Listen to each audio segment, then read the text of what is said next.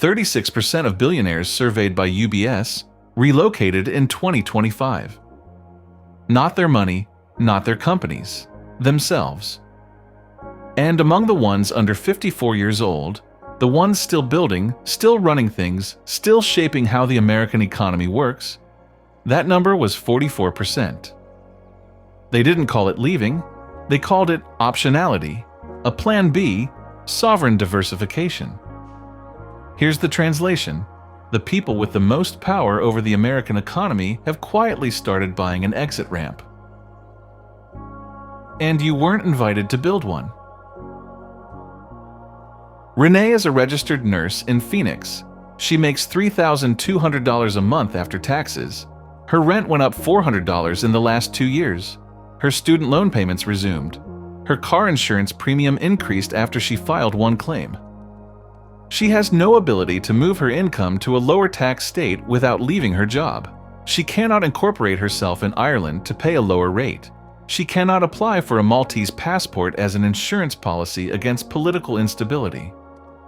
She is, in the language of the ultra-wealthy, fully exposed to a single jurisdiction, one country, one tax system, one political outcome. And there's a paper trail for this. By the end of this video, you will understand 3 things.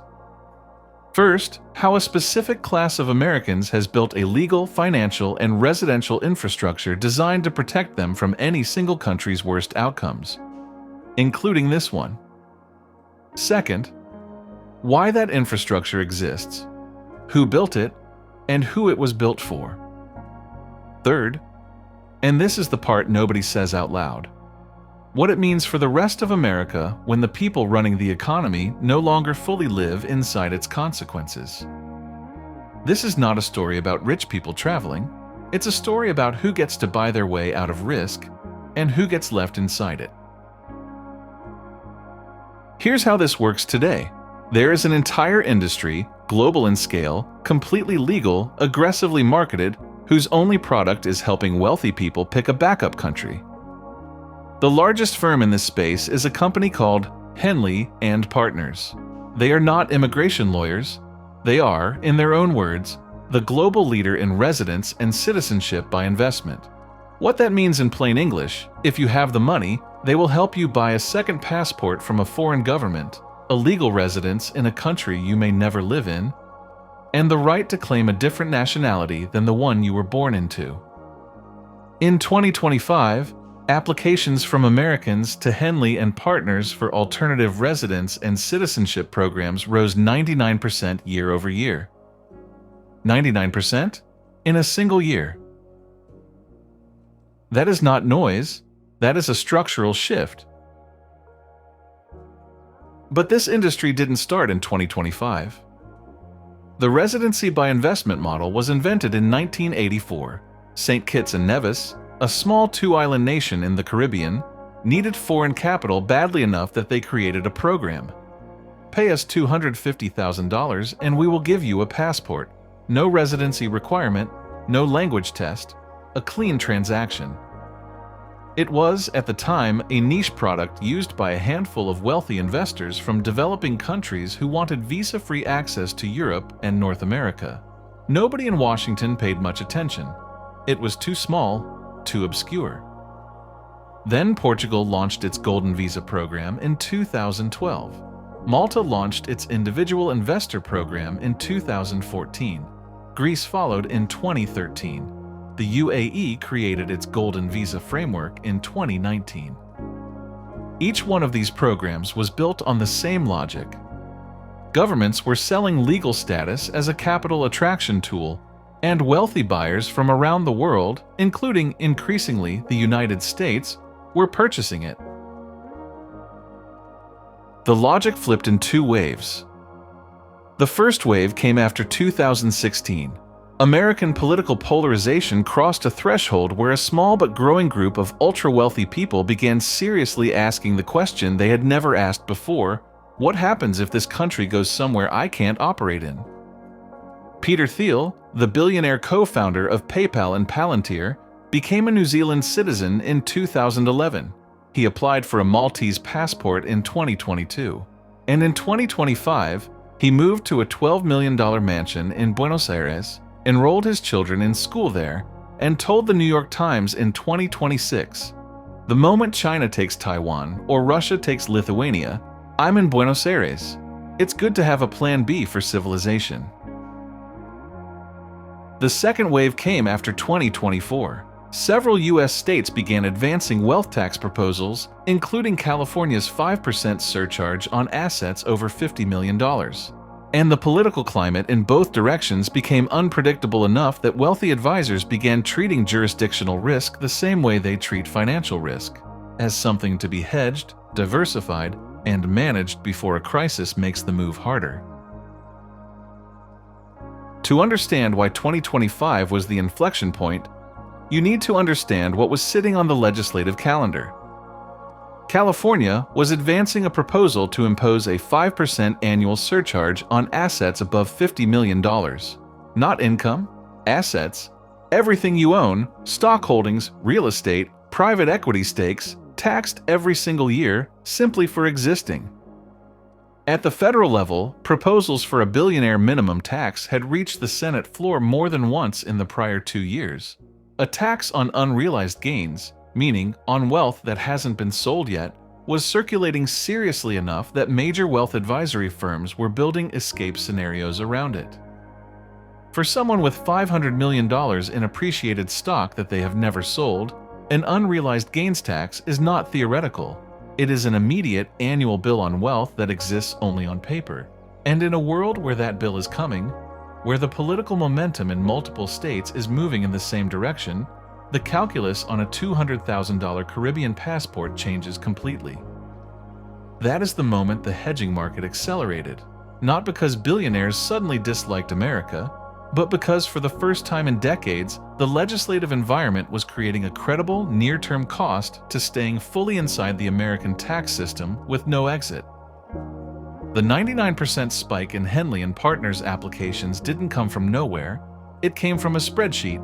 Someone ran the numbers, and the numbers said, "Buy the passport now." Let's understand exactly how this works, because the mechanism is simpler than it sounds, and that simplicity is what makes it so powerful for the people who can afford it.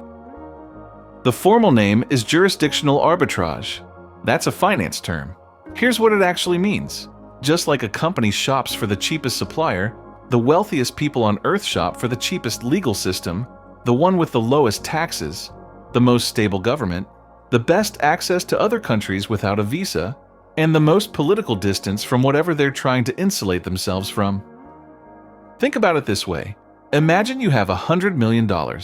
In the United States, that money is subject to federal capital gains tax, state income tax, potential estate tax, and, if certain proposals pass, a new wealth tax on top of all of it. Now imagine you move your legal residency to the UAE, zero personal income tax, no capital gains tax, no inheritance tax, a golden visa that provides legal residence in exchange for a $2 million property investment. The math on that is not subtle. On a $100 million portfolio, even a 5 percentage point tax rate difference is $5 million a year. The golden visa pays for itself in 5 months.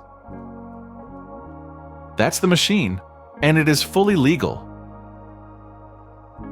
The destinations fall into 4 categories, and understanding them tells you exactly what these buyers are purchasing. The first category is tax shelter residency. The UAE, Monaco, and Switzerland are the dominant players here. The UAE took in a net 9,800 millionaires in 2025 alone, more than any other country on Earth. Zero personal income tax, a functional financial infrastructure, and a stable government with no elections to worry about.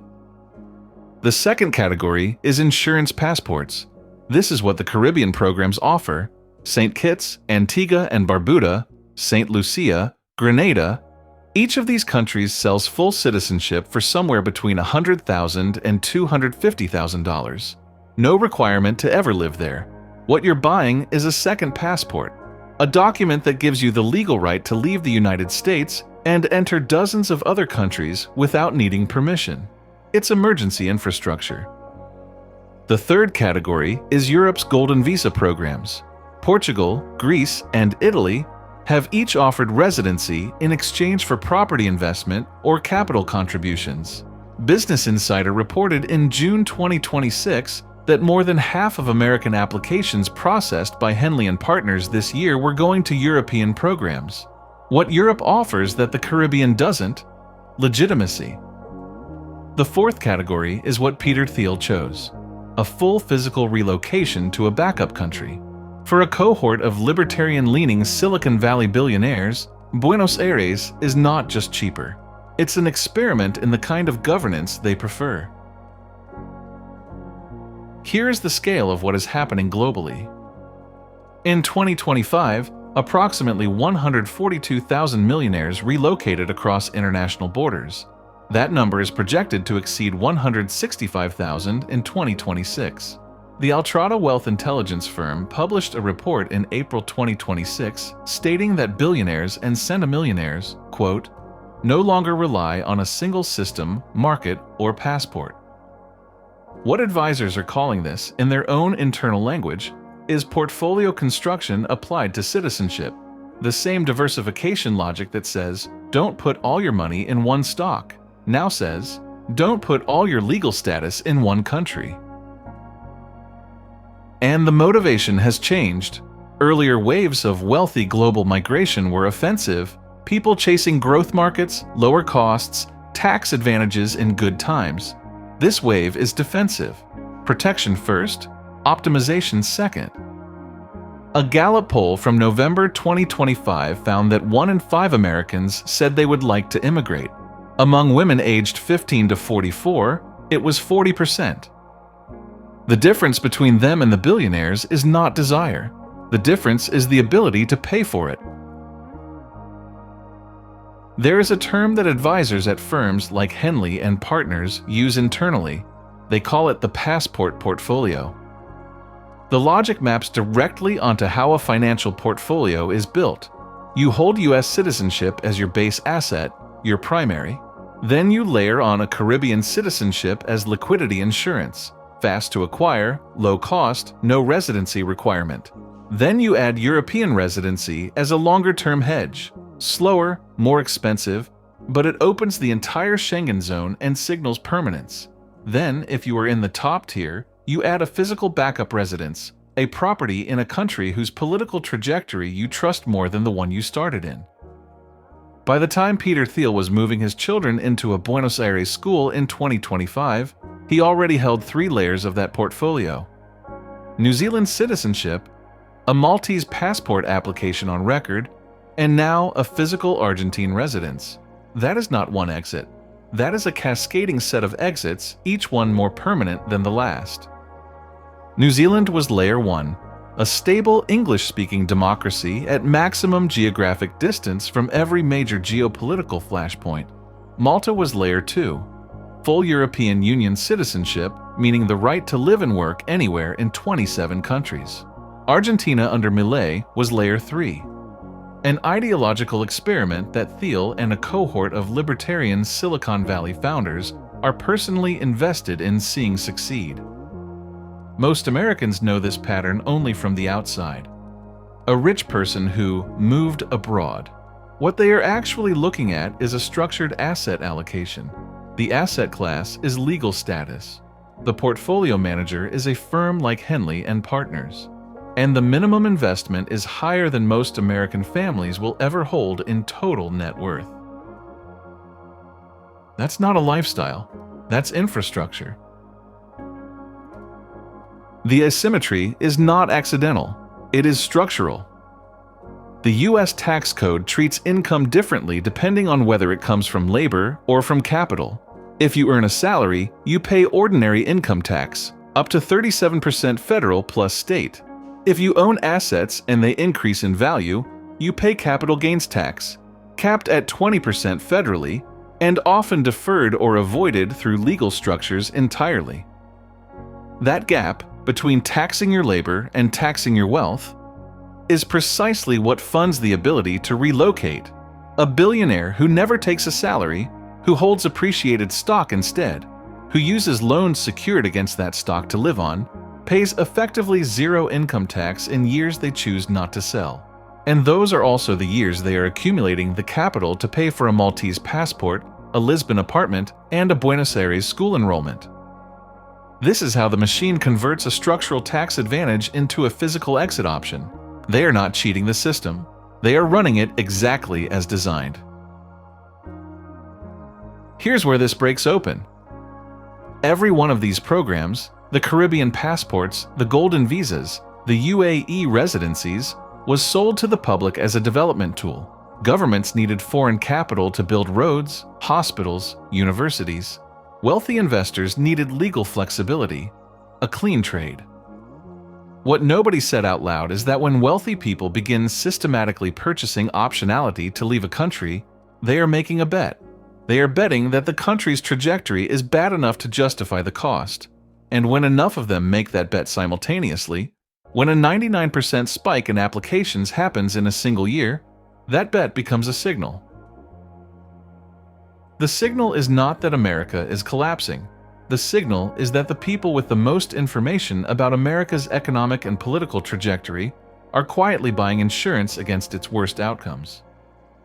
And they are doing this while continuing to operate inside the American economy. They still hold the companies. They still shape the policies. They still receive the benefits of political access, favorable regulation, and a workforce that has no backup country of its own. They are not leaving. They are hedging. And the hedge only works if most people don't have one. Peter Thiel's quote is the most honest version of what this class of people actually believes. He is not saying he loves Argentina. He is saying the United States is a single point of failure, and that he, personally, has resolved that single point of failure by purchasing redundancy. The firm that processes most of these applications, Henley Partners, is not a charity. It is a consulting business that charges a premium for access to programs that require significant capital minimums. Portugal's Golden Visa requires at least 280,000 euros in property investment. Malta's program requires a contribution of 600,000 euros or more, plus a property holding, plus a charitable donation. Caribbean citizenship programs start at $100,000. The minimum buy-in to this exit architecture is, conservatively, somewhere between $200,000 and $800,000. And that's before advisory fees, legal costs, and the ongoing cost of maintaining the residency or citizenship. The median American household net worth is approximately $192,000. The exit ramp costs more than most Americans are worth. Remember that 36% figure from the top of this video? Here's exactly what that looks like from your living room. When 36% of the world's billionaires relocate in a single year, they take something with them that doesn't make the news: their tax obligations, their philanthropy decisions, their political participation, and, over time, their attention. The people who shape policy, fund campaigns, and sit on corporate boards are the same people now quietly buying legal exits from the consequences of that policy. They stay, but they stay differently, with one foot already outside the system. Renee, the nurse in Phoenix from the beginning of this video, she cannot move her tax burden to a different country. She pays state income tax in Arizona, federal income tax on every dollar of her salary, payroll tax, sales tax, and property tax if she can afford to own. Every tax proposal that fails because it's politically unpopular with wealthy donors, a wealth tax, an unrealized gains tax, and estate tax expansion, is a proposal that would have transferred some fraction of the cost of government from wage earners like Renee to asset holders who are, increasingly, building lives that reduce their American tax exposure. That gap compounds every year. David is a software engineer in Austin. He earns $140,000 a year. He is, by most measures, doing well. He cannot move his income to a lower tax regime without leaving his employer. He cannot incorporate in Ireland. He cannot defer his income as unrealized stock gains. He is fully exposed. When the billionaires around him buy their exits, David does not get a corresponding tax reduction. The cost of running the country still has to come from somewhere. and it comes from people who cannot afford to leave it. Maria runs a restaurant in Miami. She grosses $400,000 a year and nets about $80,000 after rent, labor, food costs, and taxes. Her rent went up 20% last year because a real estate investment firm acquired her building. She cannot move her customer base to Portugal. She cannot take her restaurant to the UAE. Her business is rooted in one zip code, one economy, one political outcome. The ultra-wealthy built their optionality by converting economic power into geographic freedom. Maria's business, like Renee's career and David's salary, does not convert that way. That is not a personal failure. That is what the machine is designed to produce. The receipts tell a different story. The wealthy are not leaving America. They are doing something more consequential. They are staying, while purchasing the legal right to leave at any moment, at a price most Americans cannot afford, through a system that was built specifically for people with their level of capital. They are using the same diversification logic that made them wealthy. Don't put everything in one asset, hedge your downside, buy insurance before you need it, and applying it to the country itself. And the country lets them, because the mechanisms that allow it, the tax code's treatment of capital versus labor, the global residency by investment market, the legal gap between earned income and asset appreciation, were not accidents. They were decisions. The question this video was really asking is not, should you be worried? The real question is, when the people who built the American economic system are quietly buying exits from its worst outcomes. What does that tell you about what they think is coming? The ledger is open. Read it. If this is the first video you've landed on, this is what we do here. The story underneath the story. Subscribe to American Ledger Journal. Hit the bell so the next one finds you. And if this gave you something worth passing on, send it to someone who needs it.